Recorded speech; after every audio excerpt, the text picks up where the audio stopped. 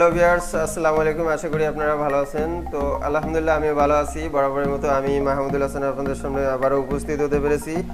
আজ যে বিষয় নিয়ে আপনাদের সামনে আলোচনা করব সেটি হচ্ছে যে মাইক্রোসফট ওয়ার্ডের অনেক সময় আমরা বিভিন্ন রকমের প্রবলেম ফেস করি। তার মধ্যে উল্লেখযোগ্য যে বিষয়টি সেটি হচ্ছে যে আমরা দেখুন যে এখানে একটি লাইন যদি তৈরি করি বা আমরা যদি লেখা লিখি, এরপরে ইন্টারপ্রেস করি, তারপরে দেখুন যে এখানে লেখাটি অনেক দূরত্ব দেখাচ্ছে। ভিউয়ার্স, আপনারা খেয়াল করুন এবং একটু বোঝার চেষ্টা করুন, কারণ এখানে যে লাইনের দূরত্বটা রয়েছে এটা কিন্তু স্বাভাবিকভাবে এত দূরত্ব হওয়ার কথা ছিল না। কারণ আমরা যদিও বা লাইন স্পেসিংয়ের মাধ্যমে হয়তো অনেকে ভাবতে পারি এটা ঠিক করতে পারবো, তবে আমরা দেখে নেই যে আসলে লাইন স্পেসিংয়ের মধ্যে 1.15 রয়েছে। তো আমি এটা 1.0 করে দেওয়ার পরেও কেন এই দূরত্বটি কমে আসলো না। তো আজকে জানিয়ে দিব কিভাবে আপনারা এই সমস্যার সম্মুখীন হলে এটি নিজেরাই ঠিক করতে পারবেন একদম ঘরে বসে।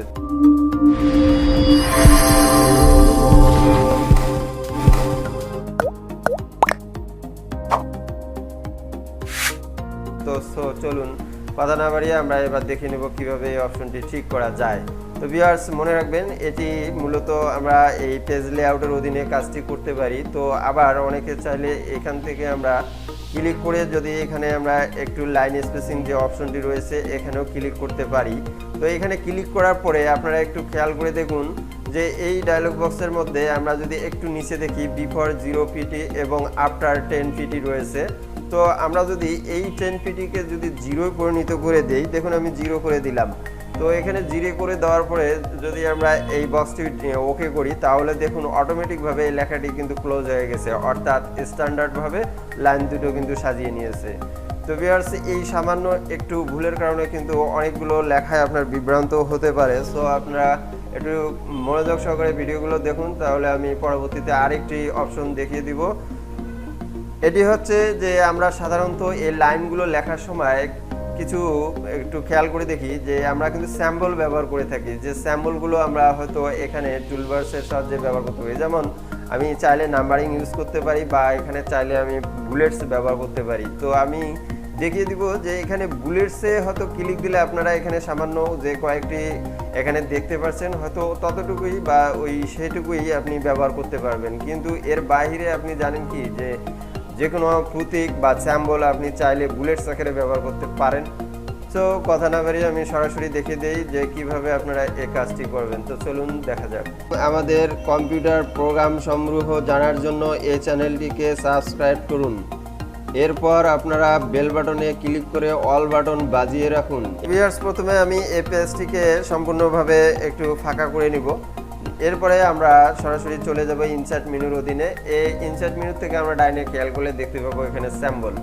আমরা যদি এই স্যাম্বলে একটি ক্লিক দিই, তাহলে দেখবেন যে এখানে অনেকগুলো স্যাম্বলের চিহ্ন রয়েছে। শুধু তাই না, আমরা যদি মোর স্যাম্বলে ক্লিক করি তাহলে আমরা বিগ একটি অপশন পাবো। তো এর মধ্যে আপনারা যদি এই স্ক্রল বারটিতে ক্লিক করেন তাহলে দেখবেন যে এখানে অনেক ধরনের অ্যারো রয়েছে। তো কথা হচ্ছে আপনি যদি এই অ্যারোগুলো ইউজ করতে না চান, তাহলে আপনারা এই ফন্টের ঘরে উইন্ডোজ 3 এর ঘরে আপনারা এই উইন্ডোজ 2 সিলেক্ট করে দিবেন। তাহলে দেখবেন যে এখানে অসংখ্য স্যাম্বল রয়েছে। আপনারা এই স্যাম্বলগুলোকে আপনাদের প্রয়োজন অনুসারে ইউজ করতে পারবেন।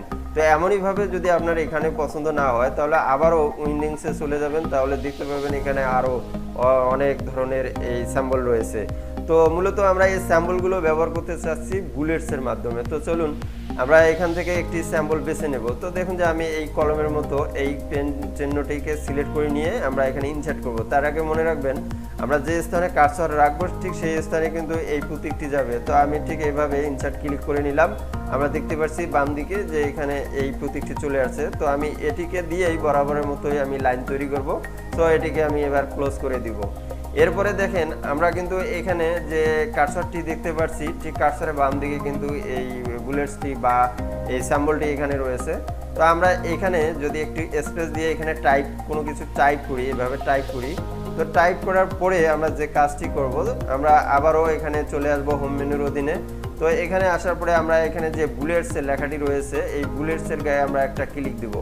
এই বুলেটসের গায়ে যখন ক্লিক দিব, দেওয়ার পরে আমরা স্পেস দিয়ে আবারও আমার পরবর্তী প্রয়োজনীয় কোনো লেখা লিখব। তো ভিউয়ার্স, আমি হয়তো এখানে আপনাদের বোঝানোর স্বার্থে কিছু হজবরলা লিখে দেখাচ্ছি, কিন্তু মেন উদ্দেশ্য হচ্ছে আমরা কিভাবে এই বুলেটসটা ব্যবহার করব। তো এবার যদি আমি কিবোর্ডে ইন্টার প্রেস করি তাহলে দেখুন হুবহুবভাবে ওই চিহ্নটি কিন্তু আমি ইউজ করতে পারছি।